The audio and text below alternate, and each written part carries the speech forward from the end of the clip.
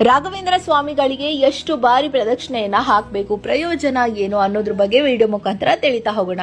ಸಾಮಾನ್ಯವಾಗಿ ನಾವು ದೇವಸ್ಥಾನಕ್ಕೆ ಭೇಟಿ ನೀಡಿದಾಗ 3 ಬಾರಿ ಪ್ರದಕ್ಷಿಣೆಯನ್ನ ಹಾಕ್ತೇವೆ.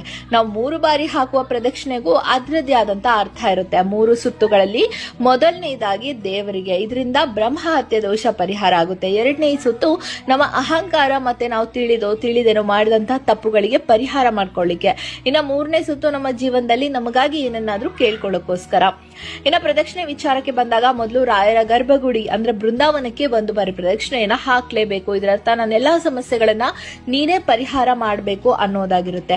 2ನೇದು ದೇವಾಲಯದ ಸುತ್ತಲೂ ಪ್ರದಕ್ಷಿಣೆಯನ್ನ ಹಾಕಿ. 3ನೇದು ಆದಿ ಪ್ರದಕ್ಷಿಣೆ ಅಂದ್ರೆ ಅತಿ ಚಿಕ್ಕ ಚಿಕ್ಕ ಹೆಜ್ಜೆಗಳನ್ನಿಟ್ಟು ಪ್ರದಕ್ಷಿಣೆಯನ್ನ ಹಾಕುವಂತದ್ದು. ಇದಕ್ಕೆ ಹೆಜ್ಜೆ ನಮಸ್ಕಾರ ಅಂತ ಕೂಡ ಹೇಳ್ತಾರೆ. ಇದರಿಂದ ನಿಮ್ಮ ಮನಸ್ಸಿನ ಆಸೆ ಆದಷ್ಟು ಬೇಗ ಪೂರ್ಣ ಆಗುವಂತದ್ದು. ಪ್ರದಕ್ಷಿಣೆ ಹಾಕಬೇಕಾದ್ರೆ ಶ್ರೀ ರಾಘವೇಂದ್ರಾಯ ನಮಃ ಅನ್ನುವಂತ ಮಂತ್ರವನ್ನ ಪಠಿಸ್ತಾ ಇರಿ.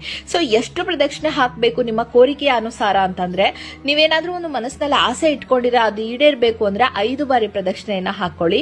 ಸಂತಾನ ಭಾಗ್ಯಕ್ಕಾಗಿ 9 ಬಾರಿ ಪ್ರದಕ್ಷಿಣೆ ಅಥವಾ 9 ಸುತ್ತನ್ನ ಹಾಕಬೇಕಾಗುತ್ತೆ. ತಪ್ಪು ಮಾಡದೇನೆ ಶಿಕ್ಷೆ ಅನುಭವಿಸ್ತಾ ಇದ್ರೆ ಅಥವಾ ಶತ್ರು ಬಾಧೆ ಇದೆ ಅಂದ್ರೆ 11 ಬಾರಿ ಪ್ರದಕ್ಷಿಣೆಯನ್ನ ಹಾಕಬೇಕು. ಇನ್ನ 21 ಬಾರಿ ಪ್ರದಕ್ಷಿಣೆಯನ್ನ ಹಾಕೋದಂತೂ ತುಂಬಾನೇ ಪ್ರಯೋಜನಕಾರಿ. ಈ ರೀತಿಯಾಗಿ ಪ್ರದಕ್ಷಿಣೆ ಹಾಕೋದ್ರಿಂದ ನಿಮ್ಮ ಎಲ್ಲ ಮನಸ್ಸಿನ ಕೋರಿಕೆ ಸಂಪೂರ್ಣವಾಗಿ ನೆರವೇರುವಂತದ್ದು ರಾಯರ ಕೃಪೆ.